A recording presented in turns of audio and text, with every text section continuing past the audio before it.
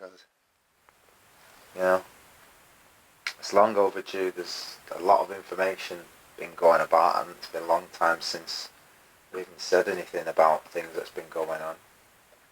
You know, things global. Sounds like you're recording again. Yeah. Well, it kind of builds up like pressure in a kettle. You know, things that impact us, and you have a think about it, and you think, and then something else, and something else, and something else, until you think, well... So what would you like to talk about tonight? What I'd like to talk about is loads of solutions, but before I get to that, I've got to talk about reality as well. The reality that people face, and a number of things. I was going to write a list of things. I'll just narrow it down to one. Well, the first thing is... what's most important? That's a bigger question than we've got time for, I think.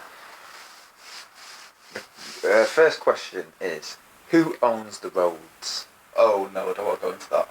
Right, well, I'm going to go into it because it's just a short epic, but it relates to a lot of other things that's going on. As you know, the current government, Tory party, you might as well say, has decided that they want to sell off public assets, all the land that is in trust to the council. You know, because nobody can buy land, that's the first thing. Nobody can buy land anywhere in the world. Anyone says, oh yeah, you can buy this piece of land, like you own it. Nowhere in the world operates like that. Yeah, tell the Native Americans that. Well, hold on. They were saying, you can't buy the land. Yeah, exactly. These guys are soft in the head. They can't buy land.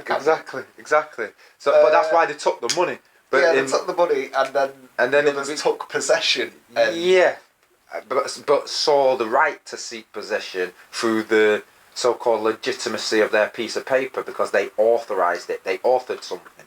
They wrote the legitimacy of a legal fiction. Flipping blue coat army as well. But that's a big force. Anyway, and government backed up by force. That's their legitimacy, backed up by force. So if they want to sell the roads, what are you going to do about it? Protest? Well, hold on. Before we get to that, yeah, because you got to talk about who owns it, because the owner is the only person then that could sell it. You know, so the idea that they're selling off to foreign interests, companies that don't even reside in this country, that don't have an interest in this country. In fact, all corporations are the ultimate users. They come to a country, they seek the resources that country has, and they just suck it dry. Right, well, first of all, countries, are they legitimate? Aren't they just backed up by pieces of paper and an army? Yeah.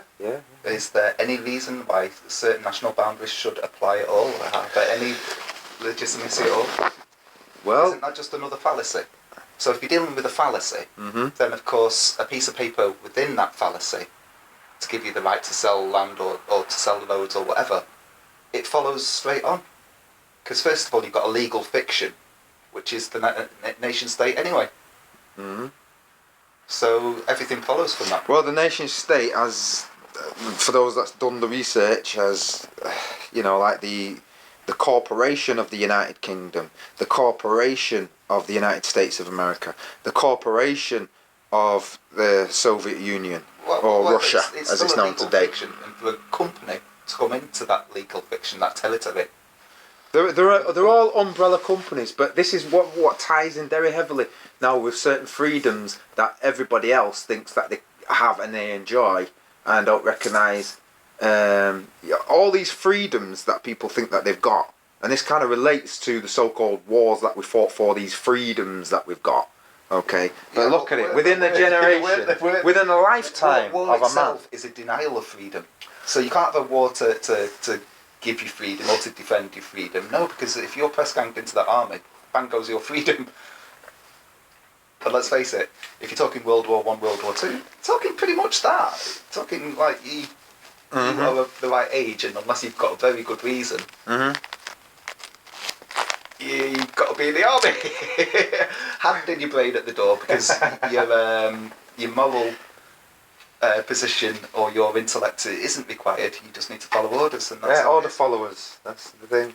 But I want to stick a pin in just this point anyway of modern times where we are right now. Where we are right now is our government has said, well, okay, this public land that they are trustees only. You know, they're not the beneficiary. The peasants had any more freedoms or right to the land in prior times? I don't think so. Yeah. Well, the point I'm trying to make is they're selling off the roads. Now the roads have been bought and paid for by the people using the roads. Okay, the people using the roads is everybody, the public. Now, on the one hand, there's been debates and arguments over are we driving or are we travelling, and that's been confirmed already in previous videos that I've got. People who can be bothered, yeah, to know what comes straight out of the horse's mouth. Never mind believing in me, I go and ask them. And sometimes they don't even know the answer, or they don't want to give you the answer because it reveals something. Or they do know the answer, as in the travelling video, and they tell you straight away. You know, what do they know? Indeed. But this is supposedly, on paper, in an idea, as a format, we've paid for the roads. That's their justification for paying road tax. Yeah, you want to use it, it's maintenance, blah, blah, blah.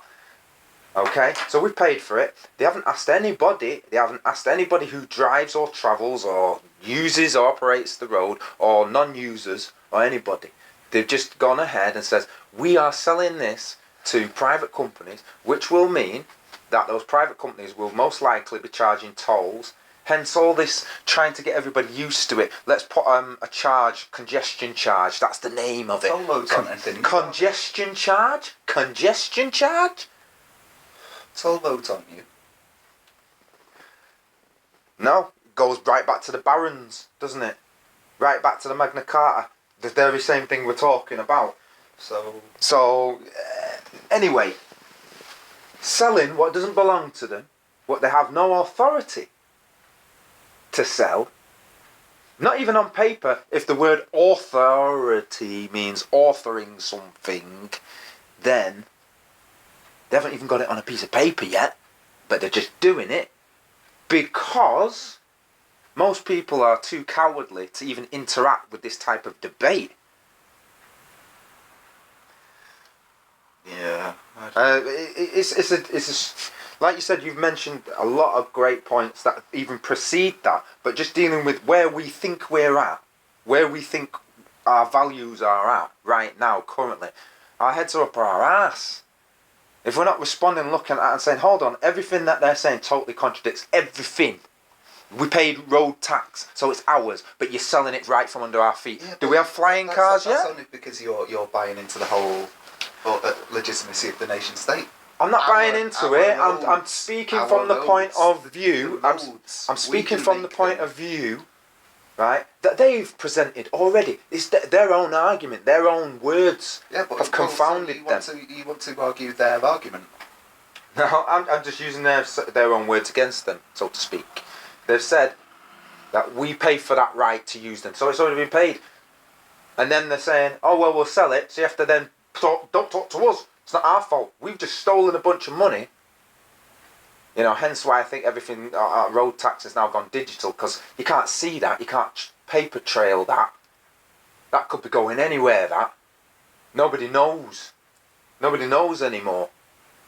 All these robots running the government, it's just robots making decisions. That's what people don't realise. Every single department's been replaced by a robot. There's very little interaction that's needed with human being except this face-to-face vestigial tradition where a man likes to talk to another man.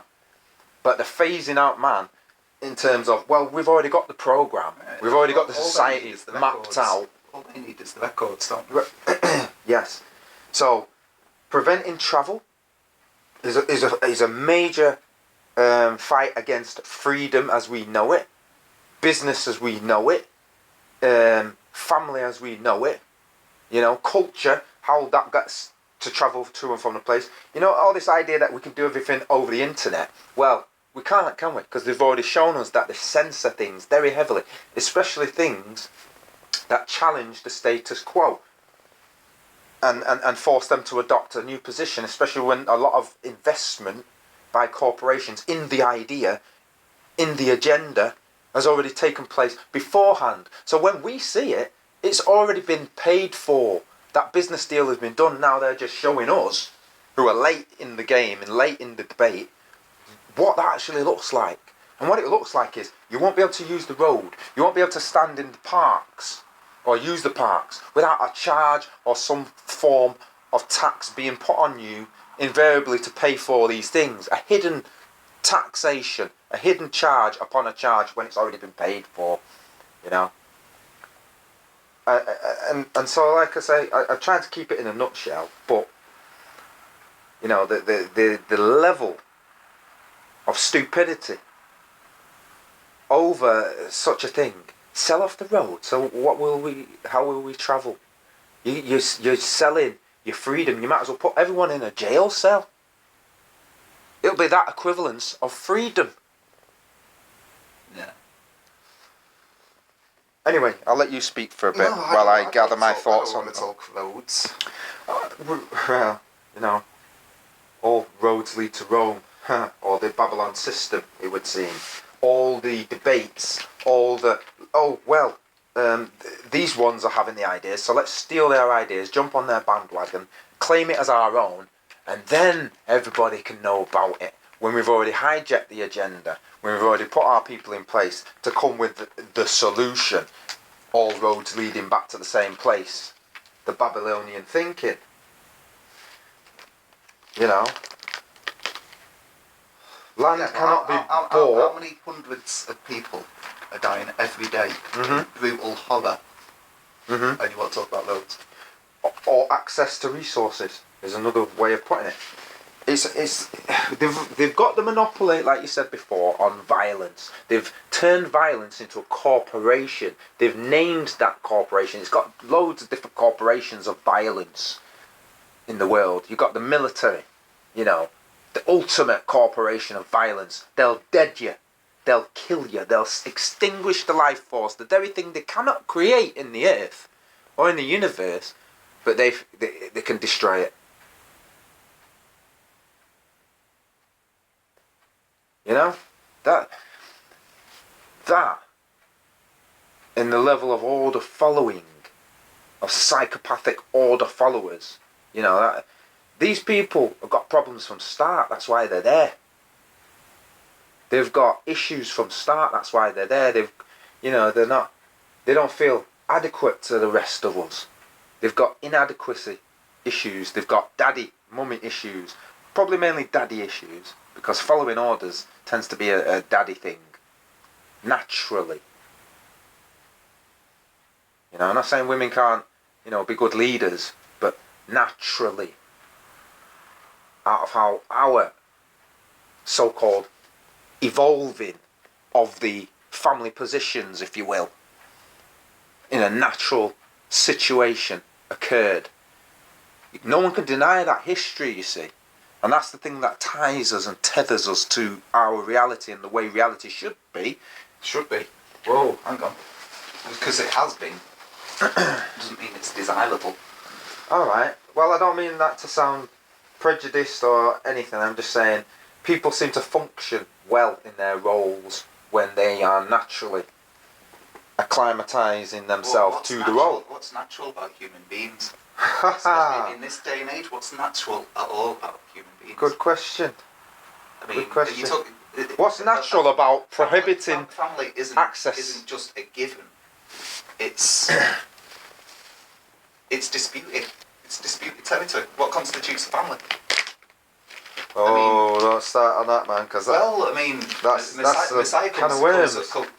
Messiah sat down, and some guy comes in and says, "Your mum and your brethren are at the door."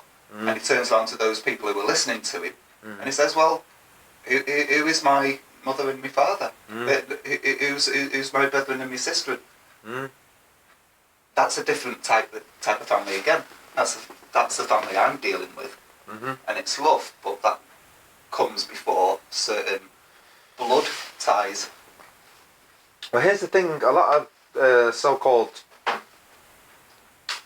teachers of knowledge, especially the corporatized ones, they try to take these passages, let's say, from the Bible, and minimise the Bible itself as a piece of work that people should kind of take with seriousness.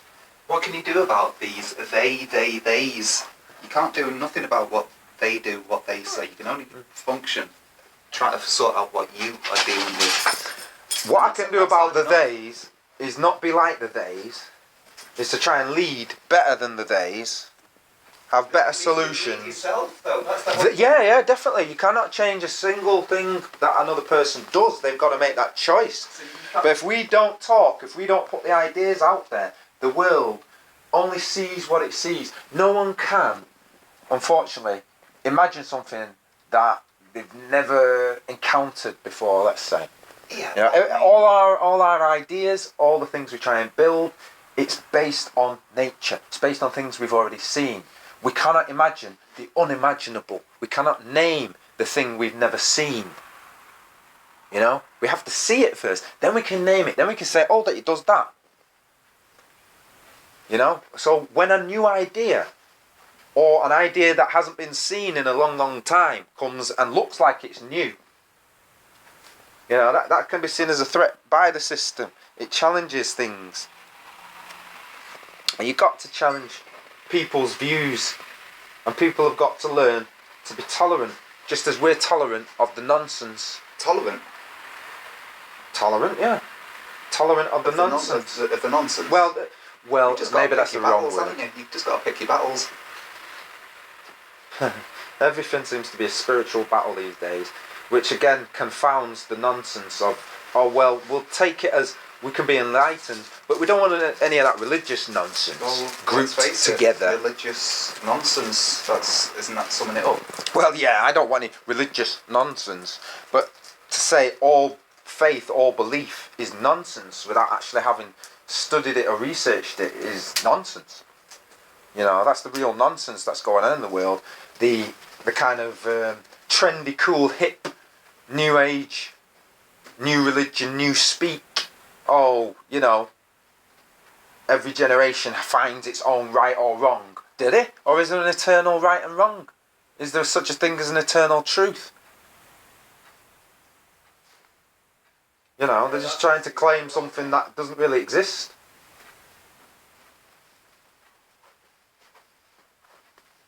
It's nothing new, really. It's just repackaging, redesigning, you know, of an old idea. It's like the wheel. Do you believe in the historicity of Jesus? It's hard not to. Hard not to. Do you hard. believe in the historicity of Hercules? Again, it's hard not to. Hard not to. Yeah. Why? Because you can't imagine something that you've never seen.